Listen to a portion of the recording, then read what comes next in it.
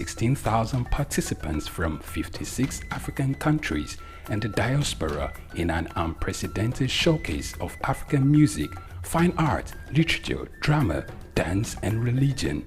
The National Art Theatre was built and designed by techno expert Souq, a Bulgarian company, mirroring the Palace of Culture and Sports in Varna, Bulgaria. Completed in 1976, the building is one of the largest and most beautiful of its kind on the African continent. It consists of a central hall with 5,000 seats, a collapsible stage that can be quickly rebuilt, a conference hall with 1,600 seats, 2 large exhibition halls, and 2 cinemas with 800 seats each. The theater complex has a dressing room for artists, a garage, offices, coffee bars, and a buffet. It has indoor TV and radio systems, as well as booths with facilities for simultaneous translation of languages and hectares of lush green lawn around. The majestic structure sits in Igomu like a quiet mountain, mesmerizing visitors and passers-by. The National Theatre, Souq Enlightenment. The heart of sub-Saharan Africa, where commerce meets progress. Welcome to Souq News, your source for business, economy, and development insight that drive nations forward. From the vibrant streets of Lagos, Africa's fastest economic hub, Souq News takes you on a journey of discovery, analyzing and reporting the facts that lay the foundation for growth and development. We don't just report the news, we create it. Souq News is more than a channel. It is a catalyst for change, spotlighting the stories that shape economies, inspire entrepreneurs, and fuel progress. Covering business, finance, technology, energy, and many more, Souq News provides a daily deep dive into the stories that matter, interviews with industry titans, and analysis that empowers your understanding of economic landscape. Join us daily as we dissect, discuss, and deliver the most relevant and factual news on business and the economy. Souq News is your trusted guide, empowering you with the knowledge to make informed decisions.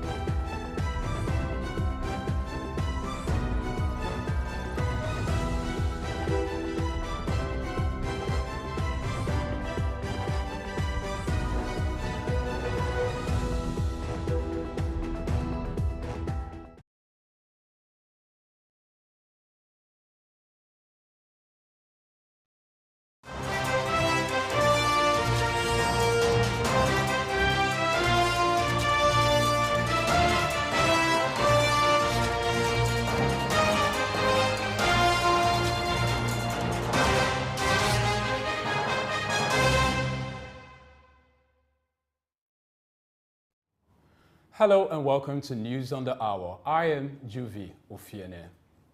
Here are the in the news.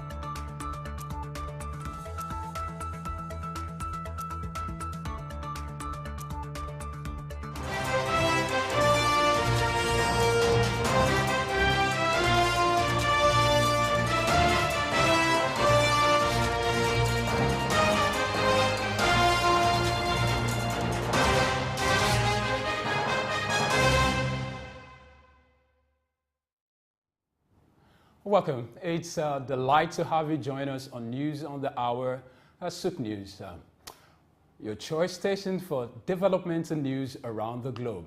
Once again, I am Juvi Ofiene. We begin from Nigeria.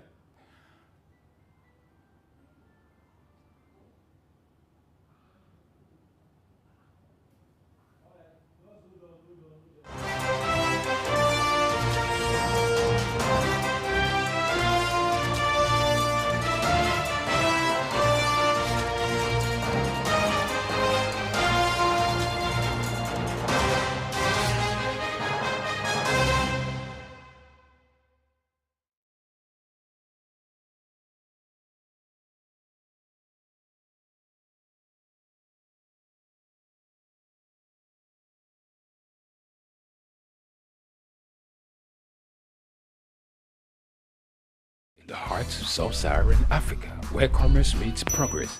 Welcome to Souq News, your source for business, economy, and development insight to drive nations forward.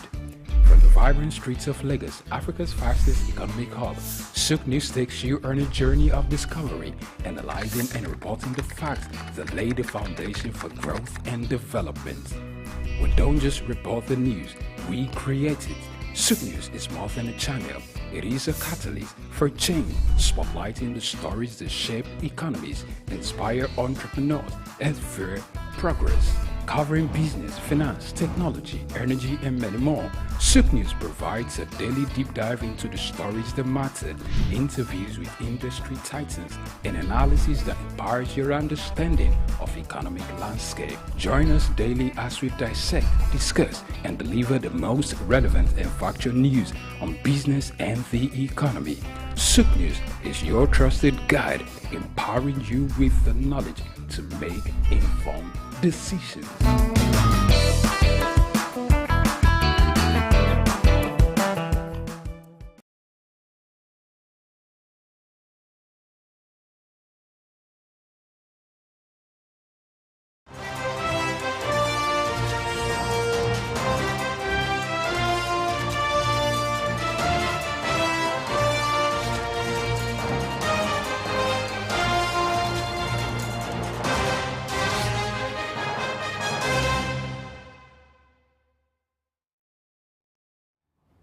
Welcome.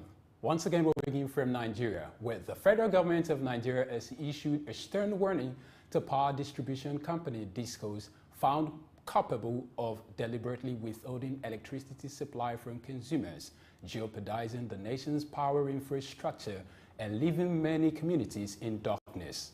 Minister of Power Adebayo Adelabu expressed deep concern over the persistent blackout crisis plaguing Nigeria since the beginning of 2024, attributing it to the nonchalant attitude of some DISCOs towards distributing the electricity allocated to them by the Transmission Company of Nigeria.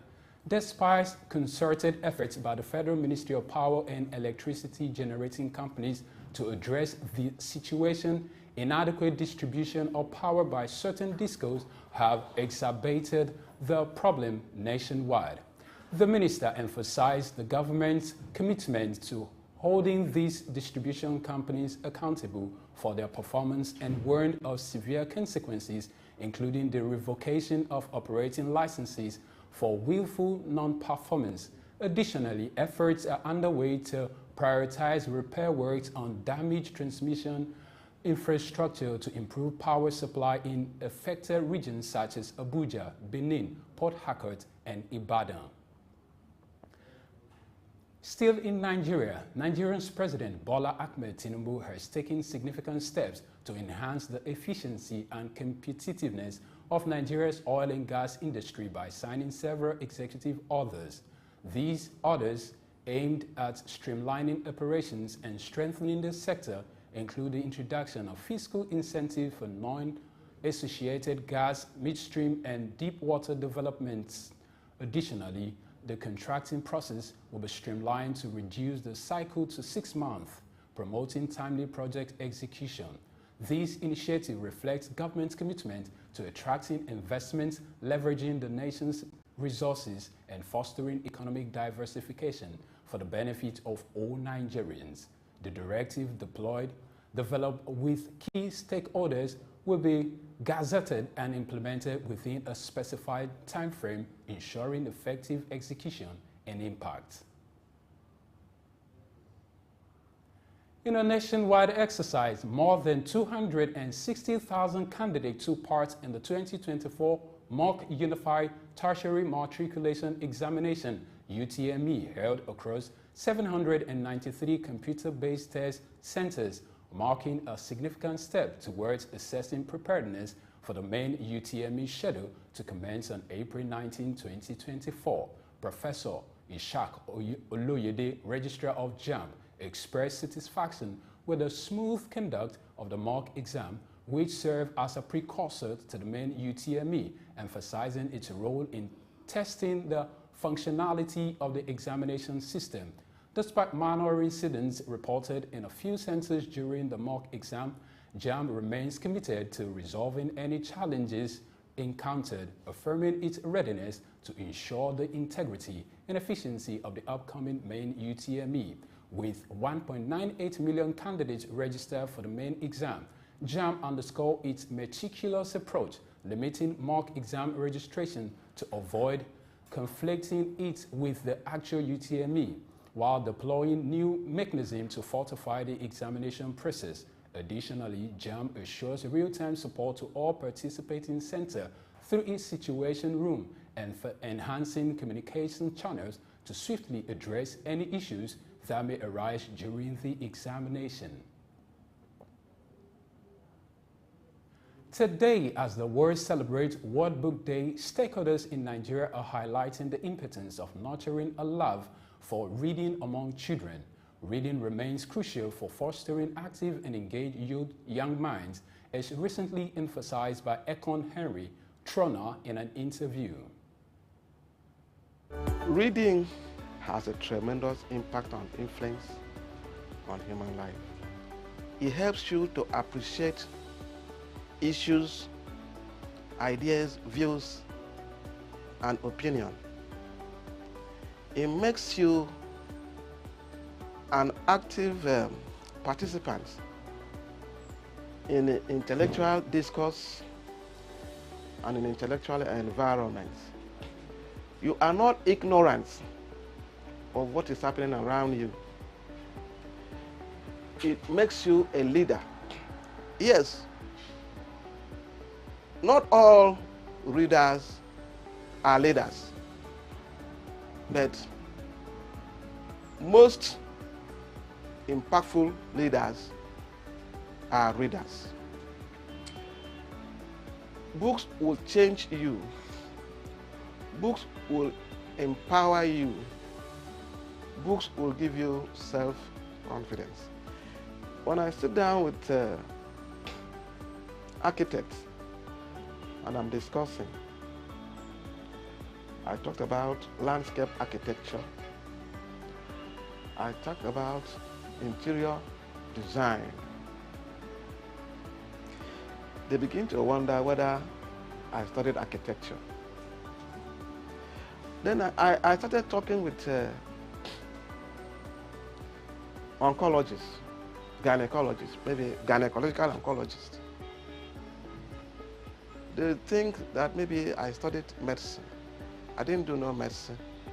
I've been able to read some books, interface with them. I have attended their workshops, so many.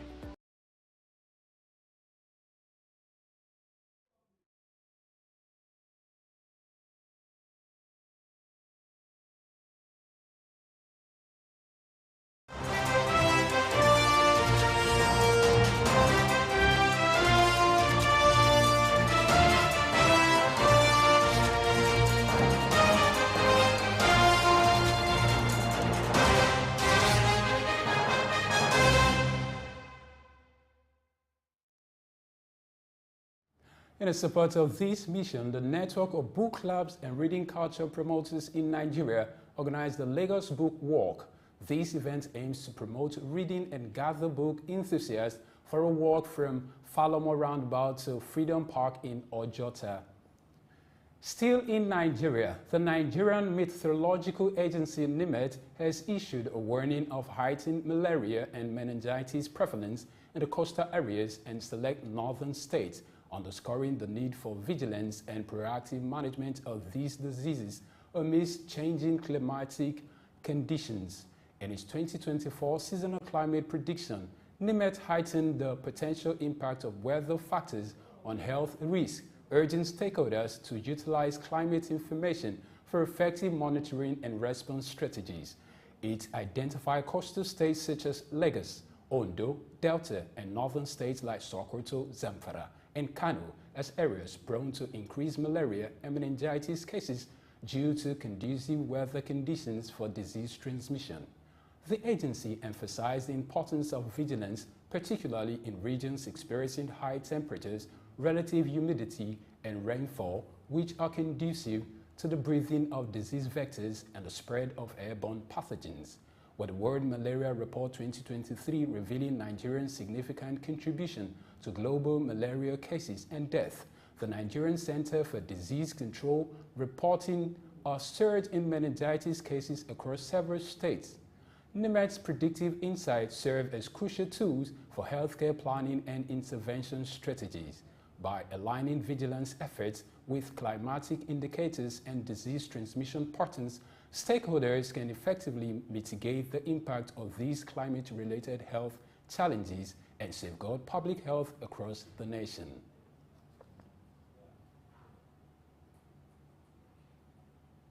Still in Nigeria, in response to public concern over the deteriorating state of eco-refrigerated meat vans, the Lagos State government has partnered with concessionaires to refurbish the vehicles, aiming to address hygiene and safety issues heightened by recent reports. The refurbishment initiative, initiated after widespread public outcry, underscores the government's commitment to ensuring the integrity of meat supply chain and safeguarding public health. The collaborative effort seeks to improve the condition of meat transportation vehicles with plans to introduce new vans in the near future, signaling a proactive approach to enhancing standards within the industry. Similarly, ongoing rehabilitation of infrastructure, including road repairs at the Oko-Oba Abattoir and Larage complex, further demonstrates the government's commitment to improving sanitation and operational efficiency within the meat processing sector. Senior Advocate of Nigeria, Albert Akpomoje, has called on President Tinubu, emphasizing the importance of tackling insecurity and improving power supply to combat food insecurity in Nigeria. During an interview in Delta State, Akpomoje heightened the illegal occupation of farmlands by herdsmen as a major obstacle to agricultural productivity, leading to decreased food production nationwide. He stressed that addressing these issues would not only alleviate hardship, but also stimulate economic growth and productivity across various sectors. He underscored the interconnectedness of insecurity, power supply, and food security, noting that insecurity has deterred farmers from cultivating their lands, while inadequate power hampers manufacturing and production activities. Similarly, he urged President Tinubu to prioritize resolving these challenges, emphasizing that enhanced security and reliable electricity supply will facilitate a return to farming, attract investment, and revitalize economic activities, ultimately leading to improved food security and reduced living costs for Nigerians. And away from Nigeria, following a meeting with his counterpart, Niger's Armed Forces Chief Musa Salau Bomo says the junta-led nations of Niger, Burkina Faso, and Mali have reached an agreement to establish a joint force aimed at addressing security threats across their territories. This decision marks a step in the ongoing alignment among the three neighboring countries in West Africa's insurgency-plagued Central Sahel region, following their severance of military ties with long-standing allies like France and the formation of the Alliance Sahel states. He noted that the new task force will become operational promptly to confront security challenges, although specifics regarding its size and scope were not provided. The escalating violence in the region, affected by a decade-long conflict with Islamist group affiliated with Al-Qaeda and Islamic State, has intensified since the military takeovers in the three countries between 2020 and 2023. We'll go on a short break, and when we return, News on the Hour continues. In the heart of sub-Saharan Africa, where commerce meets progress, welcome to Souq News, your source for business, economy, and development insight that drive nations forward. From the vibrant streets of Lagos, Africa's fastest economic hub, Souq News takes you on a journey of discovery, analyzing and reporting the facts that lay the foundation for growth and development.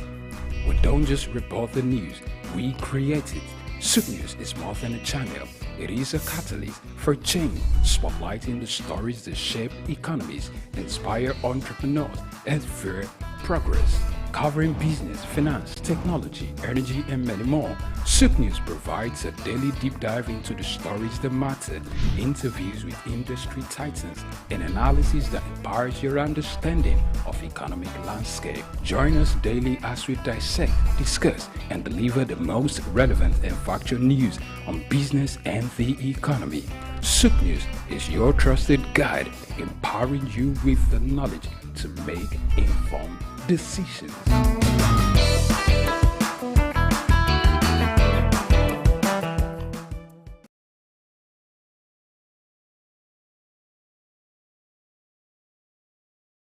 My name is Yinka Babalola. My name is Ijoma Pelokoro. My name is Joshua Hassan. I am Rotarian or Mosunde Lawson.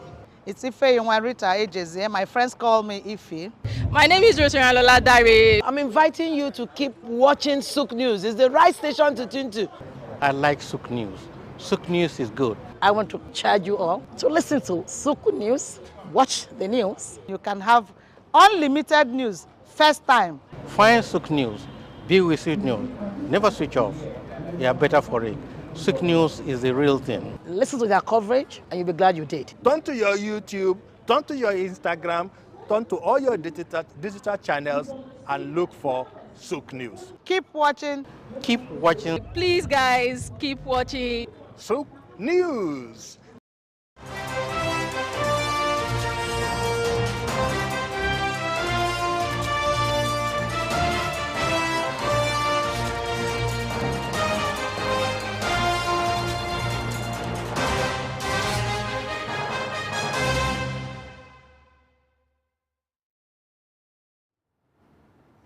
Welcome.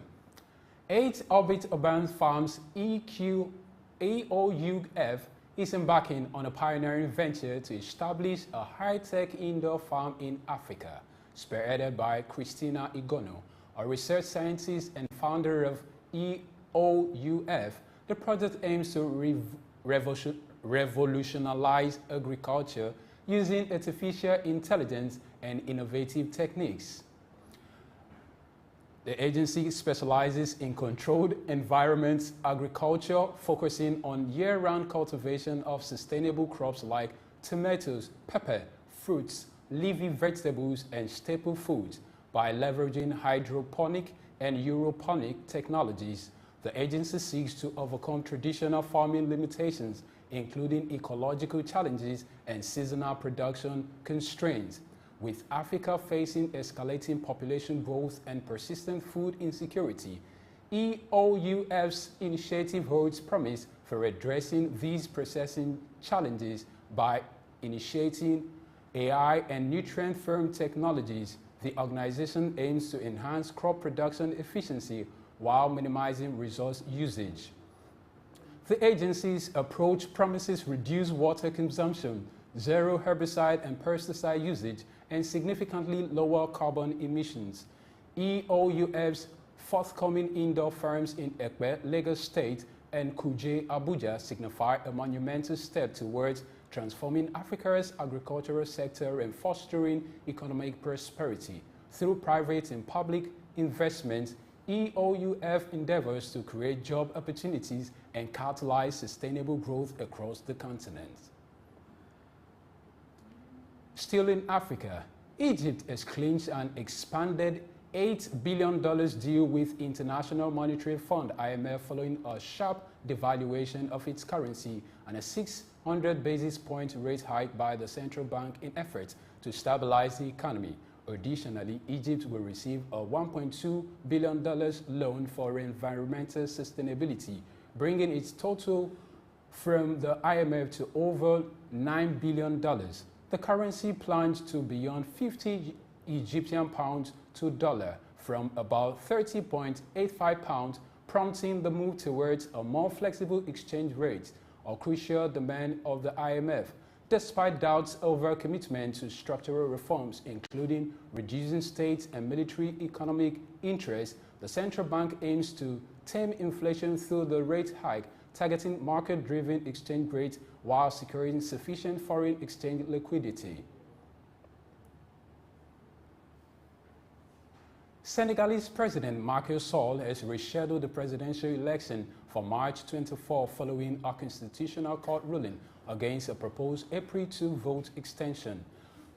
Sall dissolved the government, appointing Interior Minister Sidiki Kaba as Prime Minister to allow ruling coalition candidate Amadou Ba to focus on campaigning. The decision comes amid a month-long electoral crisis marked by violent unrest, prompting concerns about Senegal's democratic stability from international allies. Opposition candidate Anta Babaka has, however, welcomed the new date, emphasizing the urgency of holding elections before April 2nd. The concerns began in February when the government attempted to postpone the poll to December, triggering accusation of an institutional coup from the opposition. Away to the Middle East, where Saudi Arabia, Saudi Aramco, and Abu Dhabi National Oil Company are engaging in discussions to invest in the U.S. liquefied natural gas projects, intensifying competition with oil majors and regional rival Qatar in the thriving gas markets. With global demand for LNG anticipated to surge by 50% by 2030, the Gulf oil giants seek to leverage their fossil fuel reserves. Saudi Aramco is exploring investment in Phase 2 of Sempra Infrastructure's Port Arthur LNG project in Texas, while ADNOC is in talks with Next Decade for offtake from a proposed fourth processing unit at its Rio Grande energy export facility. Amid regulatory pressures and financial hurdles faced by U.S. LNG project developers, the involvement of the Gulf oil giants signaled their strategic shift towards LNG in an heightened global demand and competition. In a bid to boost the agricultural sector and supporting Emirati farmers, Dubai has launched a program tagged Dubai Farm.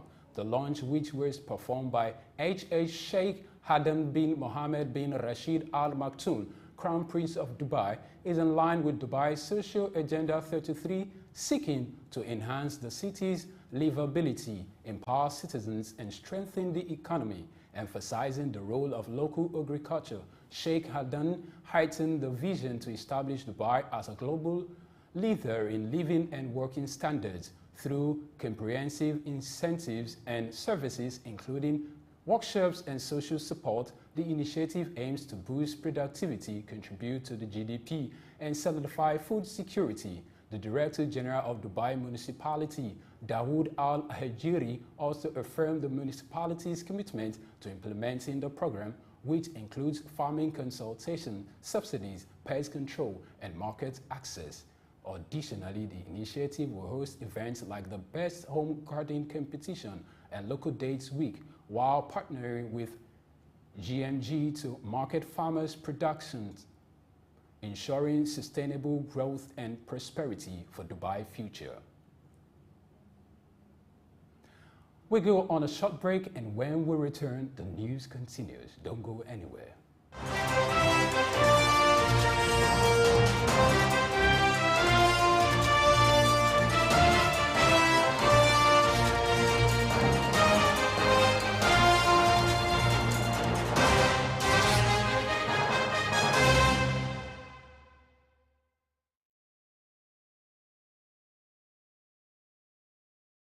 Broad Street.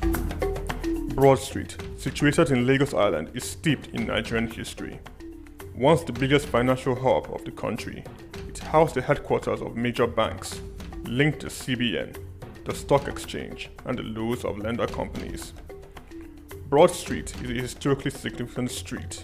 It has played a central role in the development of Lagos and history, an important commercial and administrative center for the British colonial authorities. It was also a home to some of the city's earliest modern buildings.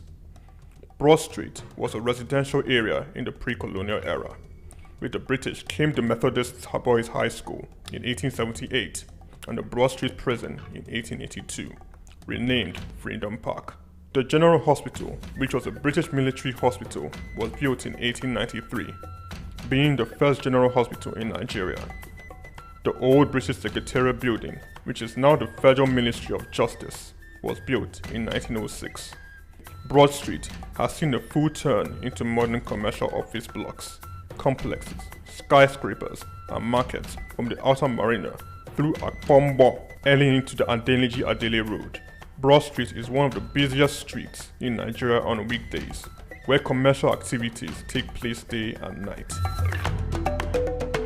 From modern buildings to ancient structures, this street gives one a raw dose of life in Lagos.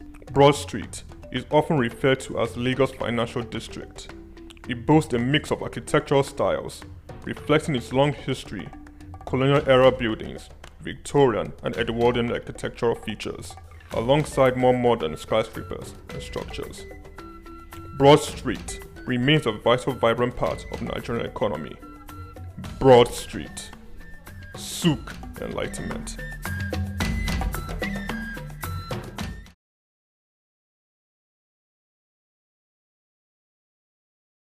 My name is Dr. Agility Obi. My name is Etemere Glover. Naomi, well done, and shout out to Souq News. Shout out to Souq News. I want to encourage everyone to keep watching Souq News. Shout out to Souq News, and yes, tune into them. Keep watching Souq News. They are one in town. Hey, we're watching Souq News. Keep watching Souq News. Keep watching Souq News. Catch them on YouTube and all social media channels. Hey, my name is Frank Edowo, and I'm imploring you. No, forget that. I am forcing you, coercing you to always stay tuned to Souq News for your news requirements.